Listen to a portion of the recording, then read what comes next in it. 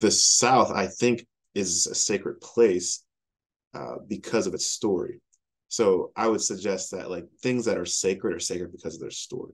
Like there's sacred stories, and like a cemetery is sacred because all the stories that lie in the soil in those places, and um, and it's meaningful not because the stories are dead, right? The sacred lives forever. Hey, Bryson. So thanks so much for meeting with us and allowing us to interview you on our first like podcast under kind of the Black South umbrella. So thanks for joining us.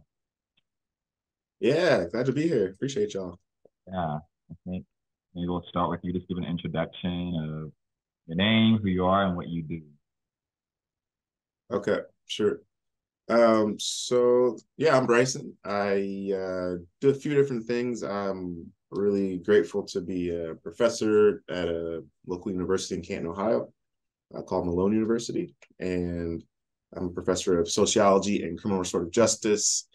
And I also am grateful to be a pastor in my community in Akron, um, and also do some nonprofit work around the neighborhood and around our region as well. So pastor, teacher, professor, community organizer, and neighbor, husband as well, and father. So lots of different hats, but yeah, really, really feel like a privilege to wear them, each one of them, in their own distinct meanings. So. Oh, it sounds like you do a lot and a lot of good work. Yeah, I didn't know you were a Right. pastor too. That's actually really dope. Yeah, yeah, yeah. So we have a pastoral team, and I'm an organizer within that our church, and so I've been doing that for several years, and grateful for that. Yeah, I don't preach necessarily. When people hear pastor, they tend to think, oh, you're the main guy, the main preacher. We have sort of a shared leadership model that I've helped to sort of institute. So I don't necessarily preach every Sunday or do things like that, but I certainly shepherd and do a lot of teaching and preaching, but a number of other things as well. So, Yeah. yeah. Well, the second question is kind of going to be like, why you do all that stuff? But I want to ask it in a little bit more fancy of a way.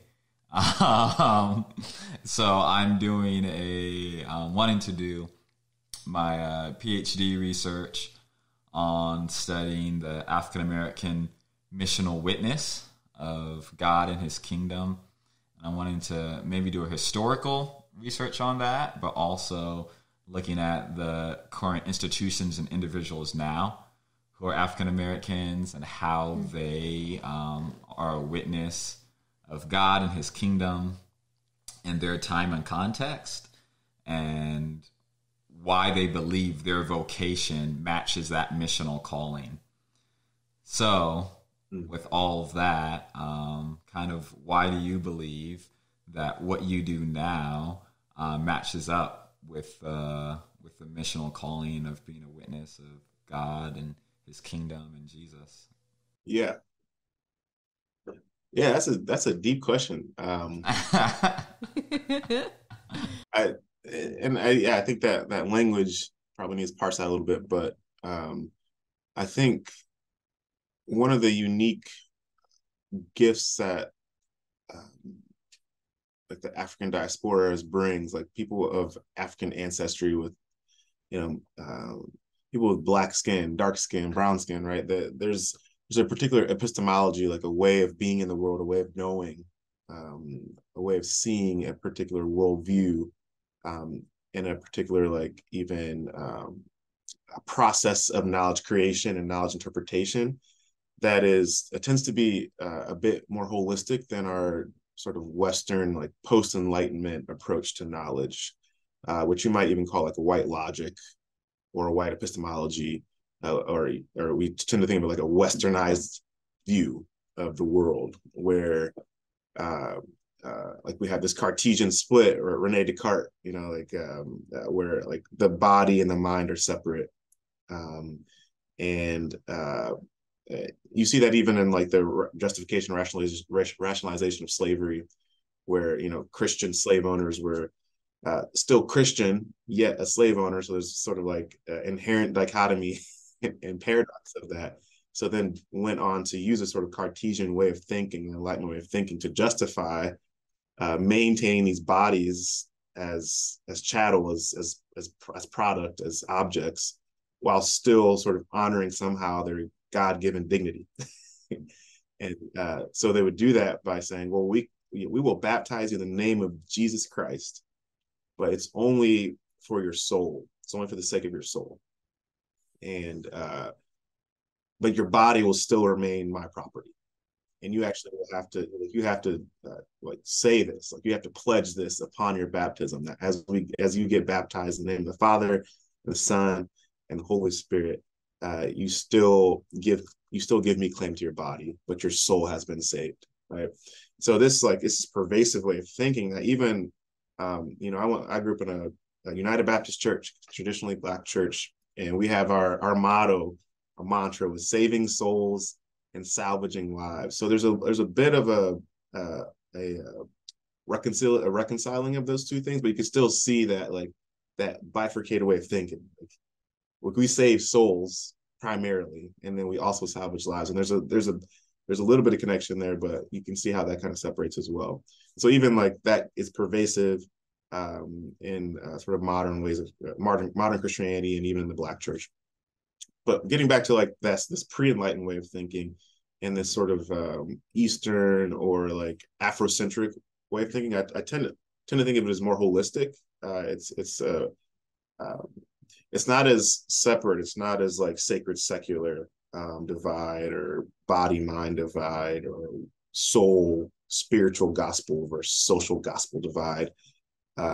And so that's how I tend to like try to think about my own, like getting back to your question, my own connection between like my vocation and like my missional stance and position and work. Like I think it's all spiritual, right? So like the way that I woke up every morning for like 3 years in the middle of the night to comfort my child because she just couldn't sleep at the night, like that was my vocation, and it was sacred work that was absolutely missional, right? So it's important to think about like how we're defining, like how we're operationalizing that term missional. But what I tend to like my particular epistemology or like way of understanding it is to flatten the structure of and to democratize it in a way, so that like when I think of mission, it's not just sort of captured by like this like colonial way of thinking, like coloniality, and but rather it's this understanding that like I'm connected to planet, I'm connected to people, I'm connected to God, whether I know it or not. This divine essence that is the same essence that birthed the stars into being. And when I live in a way that aligns with that that ruah, that spirit, the same spirit that's swirling around the universe, like when I live in alignment with that, with integrity, I'm doing the mission of God, which is to flourish, right? Which is to flourish in a way that like brings prosperity in all ways, and wholeness to everything, right? To all things, like all things being restored and being made new. Not something about me having this like separate sacred work that I pursue in the name of God, but in a way, it's like honoring the incarnation of Jesus, which is to say that like in many ways, like this whole thing's like sacred, y'all. Like when you live as a human, it is in many ways the insignia of being divine, and being in the world in a way that represents the transcendent, right? So that's a super long response, and like probably doing the most, but I was trying to reconcile that. Like I can certainly like be specific about like professorship, right, and like pastoring as these occupations that get into like that touch my vocation and how that serves my neighbor. Absolutely. But I try to create more of a, at least my personal stance is like, how are all these things connected? And how do I do it even on accident? Because it's just part of my DNA. It's part of my spiritual DNA and my spiritual inheritance as a Black person as well.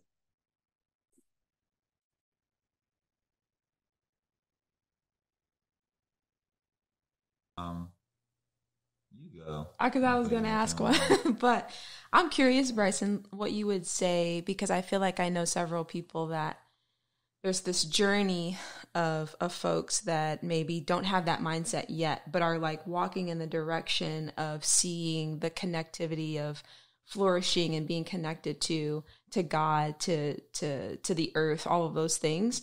For your own story and journey, how did you get there? Like I'm assuming that maybe you weren't born with that mindset per se, but what were some of the maybe peak moments in your life that moved you to this understanding that you have as your missional vocational calling is all connected? Yeah, great. That's a great question. I would argue that in some ways we are born with that. Like we learn these divisions. Like my daughter, I have a daughter who's 5 and a daughter who's 2, and like they don't think of, like, when they pray, they don't close their eyes because that's goofy. Like, you know, like they don't close their eyes to pray. They don't look up. They haven't learned the sort of tripartite way of understanding the world. Like there's a heaven up there somewhere. We're on the, you know, the parallel, this flat realm of whatever, and then hell somewhere below us. Like they kind of see it connected in many ways. And I think then what happens is we're raised where, like, almost the preeminent formational pillars of society are about disconnecting us from each other. And we want to blame that on Satan as Christian oftentimes. Like Satan's this little red devil running around with a pitchfork trying to stab you in the neck. But like our battle's not against flesh and blood, it's against powers and principalities. And those powers are very literal structures and systems that say, instead of looking at your partner right next to you, Erin, like, look at your phone. Right.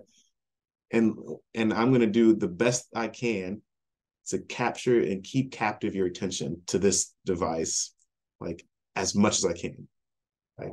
Like using science, right? So there's all these ways, not to pick on technology. We know it has pros and cons, but so our children are spiritually formed to disconnect from everything, from each other, from God, from planet, from self. And then we have to go, you know, we grow up eventually and we're like, dang, I need counseling. And then the counselor's like, let's get back in our body. Like, let's reconnect with ourselves, right? So I think we do learn it in many ways, but my journey has been interesting in the sense that I've always just been curious, and I've always had sort of maybe it's just, again, my spiritual inheritance, like a prophetic imagination. Like some of the stuff just ain't right. Like I don't agree with some of these things, and so I always just found it strange, like the ways that we were so disjointed from each other and disjointed from things. And even, like, I remember first time I heard about like the 3 R's, not CCDARs, the reduce, reuse, recycle. Yeah. In like 4th grade, and I was like, this makes so much sense. Like, why do we even have to talk about this, right? Yeah. Right. So I always just had this imagination of, like, yeah, like we got to do better. Why are we throwing trash in the ground and burying it like that? Yeah. You know, Right. like, that seems Yeah. odd. Even I'm 9 years old, and that seems odd, right? I wouldn't Yeah. do that in the backyard. So Yeah. you know, Yeah. so there's always, I think, an inheritance of that. Maybe that maybe my mom invested into me. Maybe it's just a spiritual inheritance, whatever it is. But I think it's been helpful for me. I was part of an organization for many years called Made to Flourish, and that was really formational as well. Made to Flourish is still exists. It's a great organization that is about, like, faith and work integration, and how to bridge the Sunday to Monday divide, where many of us Christians, because of that sacred secular divide mythology, like, we think that all the holy stuff happens on Sunday, and then we just get through the week to get back to Sunday. And so how do we bridge that divide, and how do you help people to understand that, like, just what y'all said, like, your what's your calling in the world, and how do you live it out in a way that's not just secluded to what happens on a Sunday, or like when you're praying before a meal, and all the stuff that we stereotypically think as religious or spiritual. And that was formation. I was in that group for a while, and so I got to read a lot of literature and be around a lot of thought leaders who were helping me, and helping me like give language to those things that sort of already may have been resonating with me or feeling or expressing, but then also challenge me and form me deeper into that way of thinking that again, like sort of seeks to dissolve that this idea that these hierarchical ideas on one hand, that like somehow pastor whoever it is, fill in the name, is more holy than me, more sacred than, because he has a spiritual vocation. So I might be a lawyer, I might be a teacher, I might be a coach, I might be literally raising your kids as a teacher. But then I look at pastor, I'm like, yeah, your job's, thank God for you, because like if we didn't have you, Right. what would we do on Sundays? And it's like, no, you're literally like, you're forming our kids. You're Right. with my kids more than me for a lot Right. of parents. And you're looking at me like my job's more important than you. Like that's crazy, but like that's Right. powers and principalities that sort of deceive us, like Satan, the deceiver, Yeah. saying like, you're not important unless you have some like job in the Holy of Holies.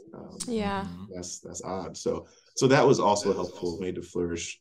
You should check them out. They have a Yeah. great website, great resources as well. And thinking along these lines of vocation, and work. Yeah. Yeah. Yeah. No, that's good. I think I love your answer to that vocation call, right? Not just being something spiritual, but more holistic, and using you fathering your daughter as an example of comforting her. And so I think I'm curious, maybe you can speak on this on an individual sense, but then also on a communal sense of what are the barriers you found in your own life that prevent you from living out that vocation and that missional calling. And then also on a communal sense, what do you feel like is the barrier specifically for African American institutions or individuals that allow them to fill out their missional calling in our country and in the context? If that makes sense. Yeah. So I'll start talking, and feel free to rein me in. Also, feel free to remind me that the two-part question, I might forget the second part. But I think for me personally, so we're approaching Lent. Right, Lent starts on Wednesday. It's Valentine's Day and Lent, which is very ironic, in some ways. Anyways, so Lent's this 40-day fast for the feast of resurrection, right? The celebration of resurrection. And you traditionally in the Christian church, in many traditions, not everyone, you use Lent as a practice of self-deprivation. Like, what can I deprive myself of? What can I fast from, so that I can fully embrace the gravity of this liturgical season, and be transformed by it, right? Permanently. It's not just like, let me give up coffee for 40 days and then drink more of it after that. But like, how can me giving up coffee or chocolate or something, like these little acts, particularly in our privileged world, can actually build their formational in many ways. And I think that the beauty of Lent, Walter Brueggemann, who's an Old Testament scholar, one of the premier Old Testament scholars in our century, he wrote a really simple Lenten devotional called "A Way Other Than Our Own," I believe, and it's based around this concept of like our baptismal identity. So in the church, when you get baptized, it wasn't simply just like a spooky thing, like some spooky happening when you go into the water, you come back new. Absolutely, like there's a spooky element of it.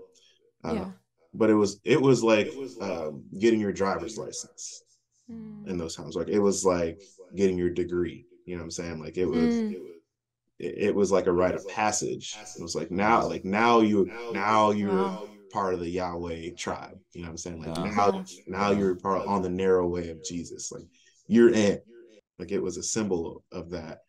And so what he's suggesting is like, we have this baptismal identity that has like really practical implications, but we're always something's always coming to steal it, right? So part of our baptismal identity, and what one of the Brueggemann hits on heavy is Sabbath, right? So if you were to baptize people, like, because we go back to the Hebrews and being delivered and all that stuff, like, and never forgetting that stuff, like, you got a Sabbath, like that's part of your identity. It's not just like a day that you rest; it's a lifestyle. You know what I'm saying? Like, and so you got to fight for it though, because what the culture's doing is coming after Sabbath. Right? We got soccer practice on Sunday 3 times. All the tournaments are on weekends. Like, uh, you got to grind just to make like a living wage. You got to work like 2, 3 jobs, like especially if you're Black, right? Or especially for my class in many ways. And he's saying like we lose our baptismal identity um, not by like osmosis, right? Like, it just happened. And it was actually like an intentional attack in many ways when we're living in the world, but not deciding to not be of the world. And so like those are the threats. The threats are everywhere. Of like he actually uses this imagery of a frog, like, and I've never done this before, but it sounds right. Like you put a frog in a boiling pot of water, like the frog doesn't know it's getting boiled, right? It's just Right. the water's heating up and the frog's chilling because the frogs like water. And then like before you know it, the frog is food, right? And that's what it means just to be in the world, is that there's all these narratives, these stories, and we're story people, and there's all these stories that are inviting us, wooing us, right? Wooing us into fidelity to them. Wow. Whether that's capitalism, whether that's Christian nationalism, whether that's male dominance and patriarchy, whether that's whatever it is, racism, all the different stories, and we don't recognize that, and so we're like the frog. We're just in the water, and we don't even know we're getting boiled, but we are. And so the ways to maintain your baptismal identity, like that's why Lent is a beautiful thing. It's to say for these 40 days, I'm going to remind myself of who I am. I'm going to remind myself of Sabbath. I'm going to remind myself of rest. I'm going to remind myself that like the things I own don't belong to me. So I'm going to be even more generous during this time of reflection and Lent and devotion. And so the things that come and attack us are all those things I just mentioned, like these stories. And for me personally, I work and to make a living for my family, along with my wife, and it's super easy just to like let that pursuit of financial stability and financial comfort, like that story, deceive me away from my baptismal identity. Like I need that more than I need God. That Jesus says, put first the kingdom and you'll be all right. But I'm like, I don't know. Like, I don't know. Like I better work it out myself, really, Jesus. and and then I'll trust the kingdom once I put myself in a really fair and comfortable position. So I think as a Christian, there's some really interesting like way to think of it. And that's particularly how I think of it because I am a Christian. And so like putting that in the context of like the Black community is a really interesting question as well.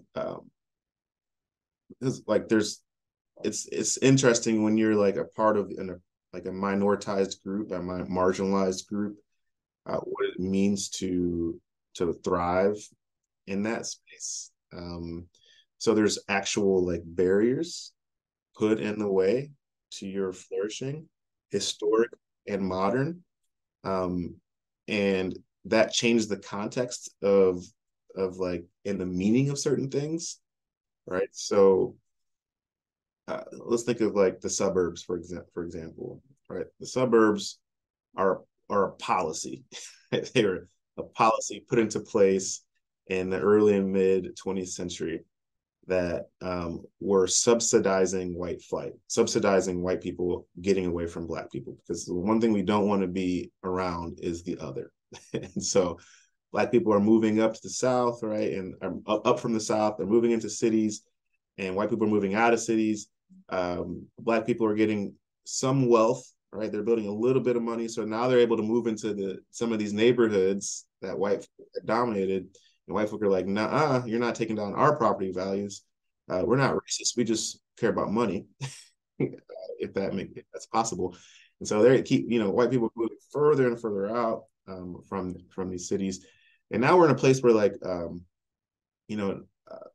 we can get a decent job and make a decent living. And we're thinking, so where do I live? Where do I live? Do I move to the suburb?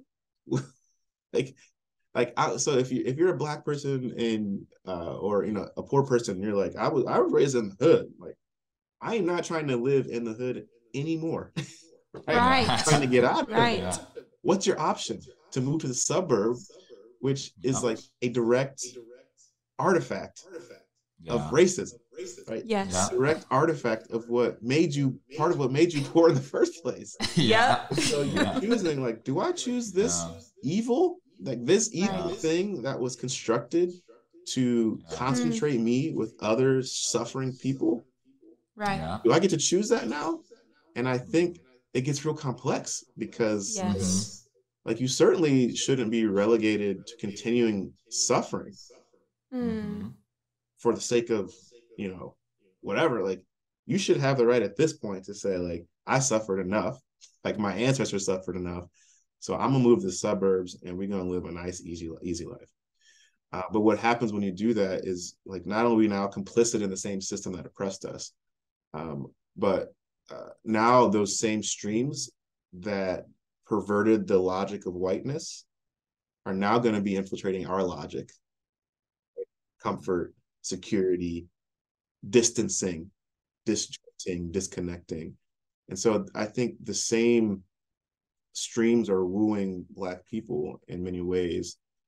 We can carry it and hit it a little bit different. It might hit different for us, and we might be able to carry it in a way that doesn't produce as deep of like ethnocentrism and like othering and like distancing. But I think we should still be really cautious of them. Like if we're gonna escape the plantation, we probably shouldn't we shouldn't like move back to it and use the same methodology and then say we're free. Because I'm not free. We can't be free if everyone's not free. And that freedom is also a sort of way of being in the world that has been oppressive since 1619 and before, right? So, So, Audre Lorde says that, like, you can't use the master's tools to destroy the master's house. I'm not, I'm paraphrasing here, but in many ways, I think that's one of the greatest barriers for Black prosperity and Black flourishing, spiritually, economically, emotionally, in every way, is like, how do we actually escape the master's tools, not just the master's house, right?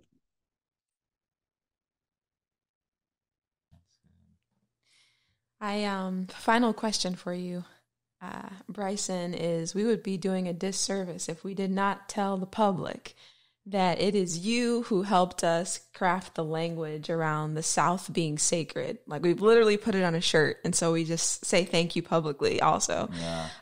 But I think it would be wonderful to have a recorded public conversation just about the sacredness of the South. And some of those thoughts, if you could speak into that a bit more. I think as we've crafted language, and you can speak into it too, Kendall, is like, we really formed ourselves around this identity of part of our cultural identity being in the soil of the South, and also how the blood cries out of the soil.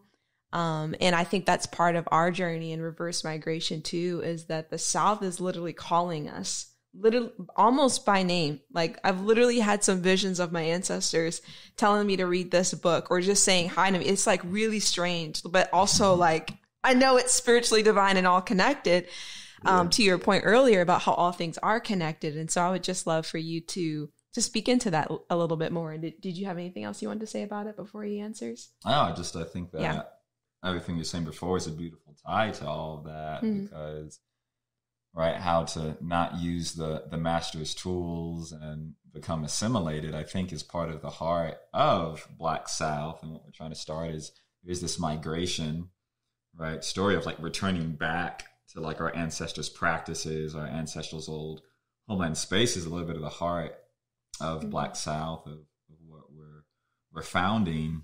And I think that being connected to the South being a sacred space to return to all of that. And we understand in this reverse migration narrative of what we're doing with Black South, not everyone is able to do that in a sense, right? But even without being able to go back to the South to reclaim a part of their cultural identity, an ancestral identity, how can people still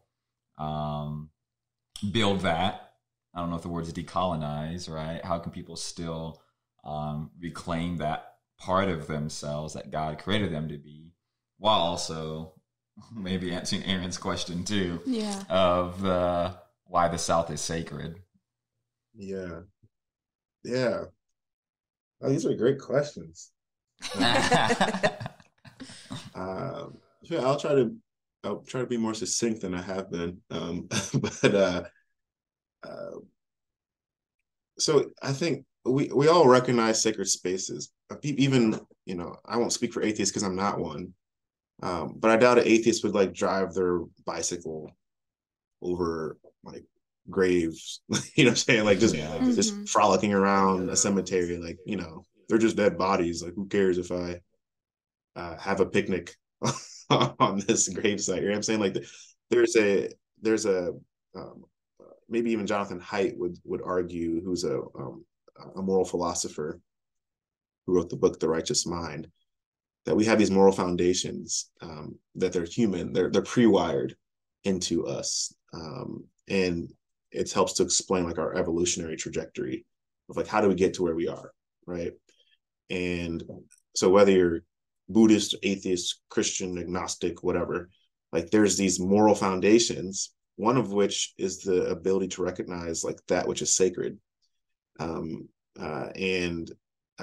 sacred doesn't have to even be necessarily understood through like a religious lens.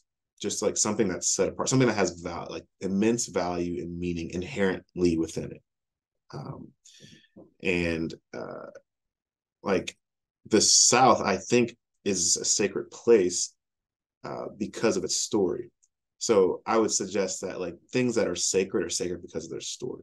Like there's sacred stories, and like a cemetery is sacred because all the stories that lie in the soil in those places, and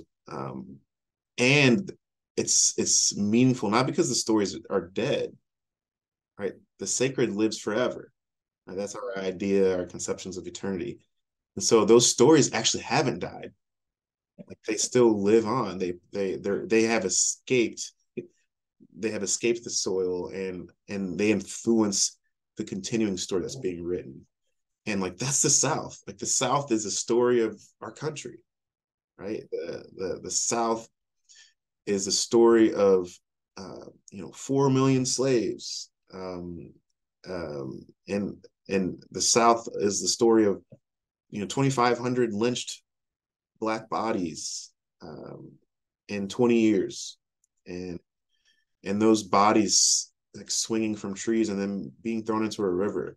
But those stories don't die. Those stories have framed like the very ground that we stand on, like Black or white, wherever they have been framed, and they've been foundationally supported by those stories.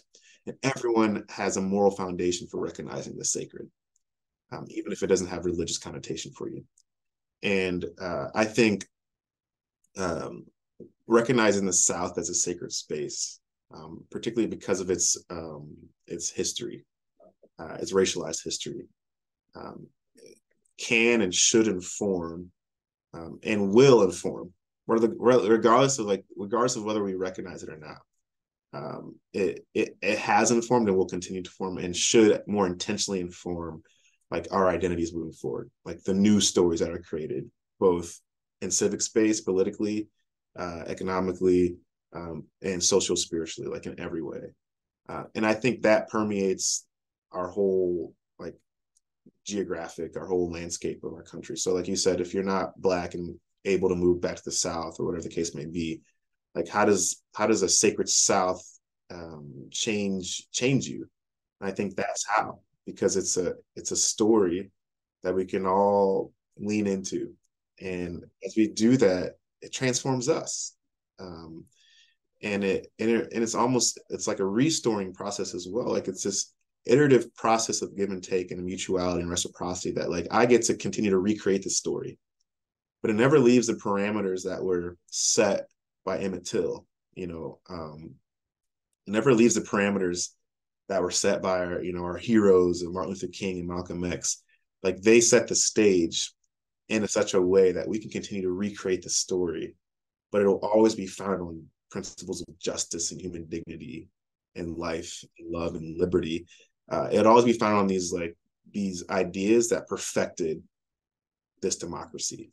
That's perfecting it. Like this democracy is perfected by the deprivation of Black people from our country and all these things, right? So I think that's a compelling story that that both inspires but also provides a prophetic imagination for a Black person wherever you are, that I'm a part of this and I can decide now more than ever how I want to participate in the recreating that sacred story and what legacy I want to leave and plant in the soil of my place that might inspire future generations. So. That's great. Yes. Thank you so much for joining us and for chatting it up and allowing us just to share a space to process and talk about sacred things. Yeah. It's super meaningful. Yeah. And the last question would just be if anybody wants to support you in your work and maybe get involved with what you're doing, maybe if you could provide some links or resources or what have you to them. Mm-hmm. Yeah, so I'm sort of odd. I don't really market myself, but you can email me. There you go. Good old email. This is my first name, Bryson, at Akron, AKRON, L as in life, F as in frog.org. So you can hit me up that way, and I would love to connect and just build some relationships. I do stuff, as you know, as I already said, I do quite a bit of stuff.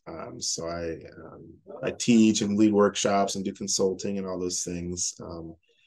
I'm a PhD candidate, so I'm finishing my dissertation.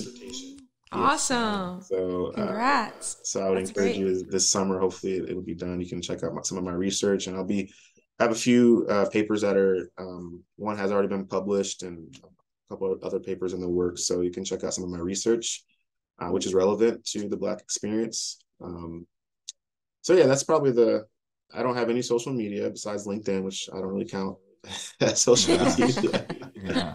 So email is the best way to get in touch with me, and I'm all about relationships. So just reach out, and hopefully we can be friends. I love it. Cool. Love that. Yeah. Thanks so much for meeting with us. I'm inspired. Yeah, thank y'all. Of course. I want to shout y'all out as well. I know, I'm the interviewee, I guess, but I like to disrupt the power structures. So I just want to give a shout out to Erin and Kendall and just the amazing hearts that y'all have. And we could easily have flipped the script and I could have interviewed y'all and it would have been as, if not more compelling. So I just want to bless y'all and the work that you're doing and just say, go get it. We need y'all and we need your work and your creativity. So, so support Erin and Kendall. Support them big time. They probably do have social media. Follow them. Support them because they're amazing. Thank you so much, Bryson. Appreciate you, man. Appreciate you. Yeah, for sure.